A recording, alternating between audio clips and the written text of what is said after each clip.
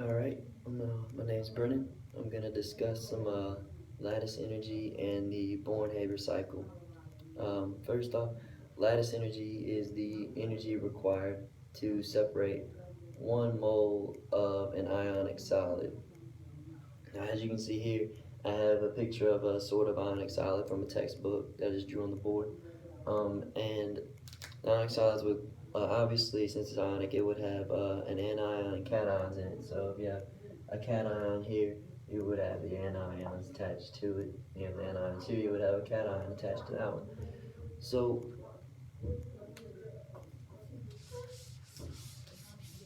to solve the lattice energy of these compounds, it could be any compound that is such as like salt or potassium bromide or lithium fluoride. So I'm gonna write those on the board actually.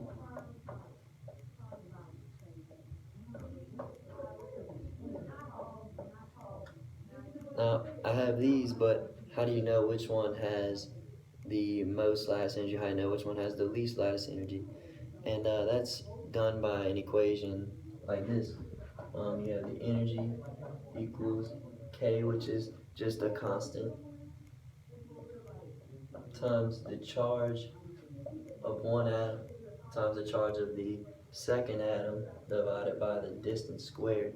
Now the distance right here isn't referring to how far separated the atoms are, it's referring to the size of the atoms. Now as you know, the size of the atoms increases as you go down the periodic table. So if you were to order these from least to greatest, you would have to look at the charge of them. Lithium, sodium, and potassium all have a +1 charge, and fluorine, chlorine, and bromine all have a -1 charge. So at the top of this equation, they would all be equal. So the only difference in these would be the size. And we know that going down the periodic table, the atoms get larger. So bromine would be the largest, chlorine would be the second to largest, and fluorine would be the smallest. So with that knowledge, we know that potassium bromide has less lattice energy than sodium chloride, and sodium chloride would have less than lithium fluoride. Now, whenever you're solving problems like this, the charges on these ions has a greater effect than the size of the atoms, because even though the size is differing, the size difference is not as great as the charge difference if you had a +2 and a -2 charge. So using this equation, if I were to write 3 more compounds this time,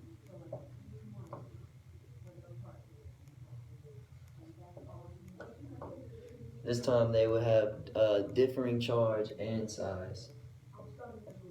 So up here we have magnesium oxide, and you know magnesium is a +2 and oxygen is a -2. Sodium is a +1, chlorine is a -1, potassium is a +1, and chlorine is -1. So already, after as I said, the charges differ more than the size. So magnesium oxide, we already know, is the largest lattice energy. So then we just left with sodium chloride and potassium chloride, and chlorine both being the same, but we know that sodium is smaller than potassium. So since potassium is larger, it would have a lesser lattice energy than sodium. So we know that potassium would be the least, the sodium would be in the middle, and then this magnesium oxide would be the largest.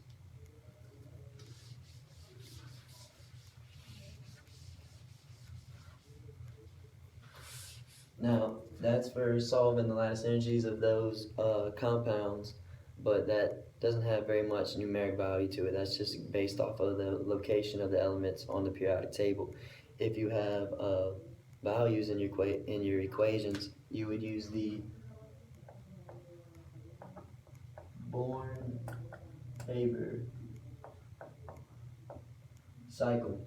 Now, the Born-Haber cycle is used for solving equations um, that involve like the energy that the atoms take per mole, like it would be in units of kilojoules per mole. So if I wanted to solve the formation of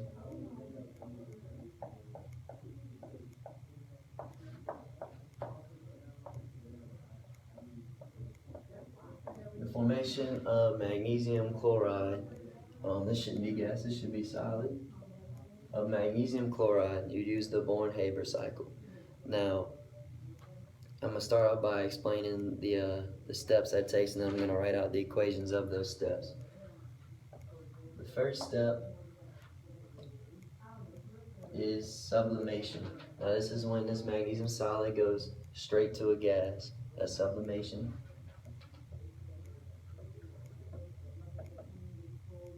Then you would have the step 2.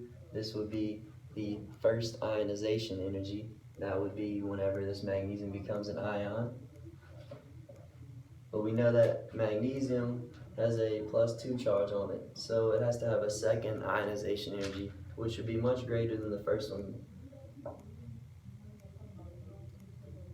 2+.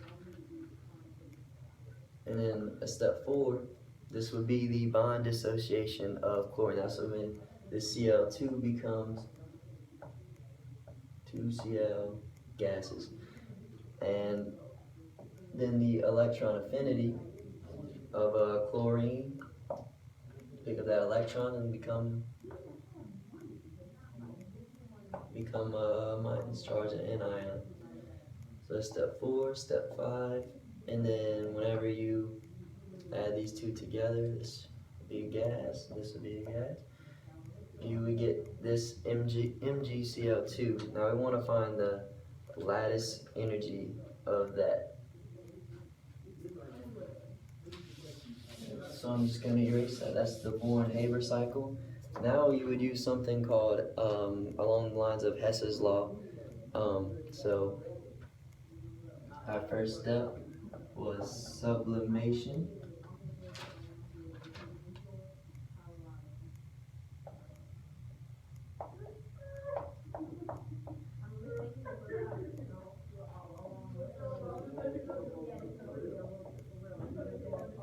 Alright, and that's whenever magnesium solid becomes a gas, and that is 120 kilojoules per mole. Now I'm just going to go ahead and do the first and second ionization energy.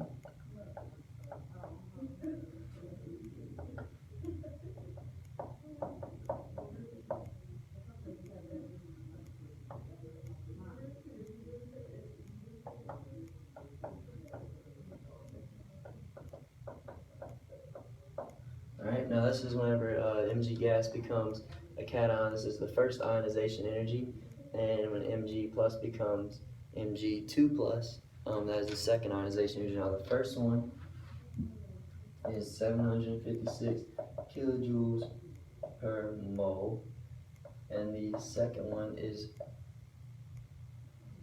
1,490 kilojoules per mole.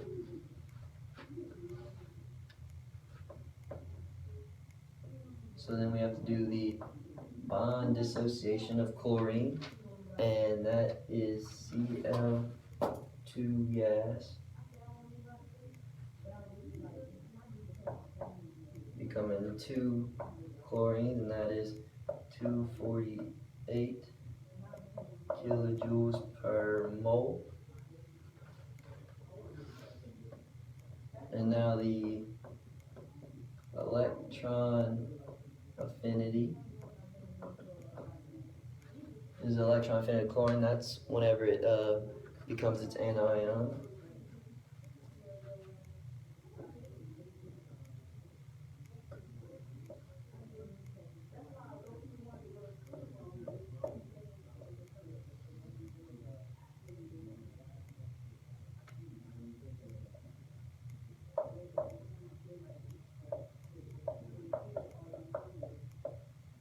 Alright, so let me stop and explain this step real quick. This step, since these values are in kilojoules per mole, that's every 1 mole. But since the chlorine, it's doing it twice, for this step, whenever you use Hess's law, you'd have to multiply it by 2 because you have 2 moles of chlorine here. The electron affinity would happen once for each chlorine, and since you have 2 chlorines, it would happen twice.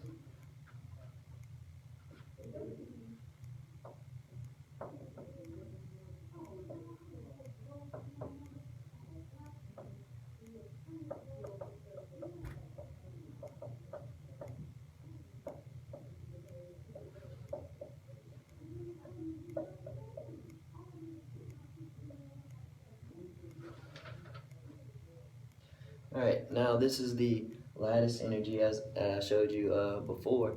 Now this is the value we're trying to look for, so I'm just going to use an x. I'm just going to use an x to value that equation for now.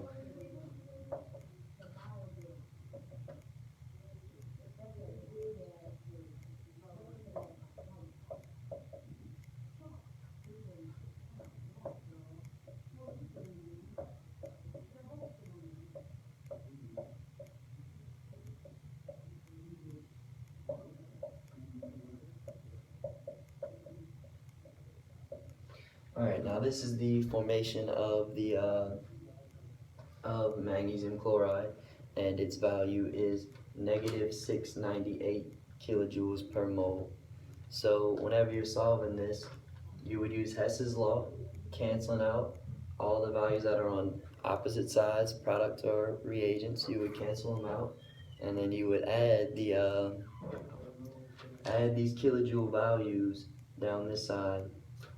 Now the way you solve this, it's a negative 698 equals x plus 2 times negative 368 plus 248 plus 1490 plus 756 plus 120, and you solve for x there, and whenever you find x, you should get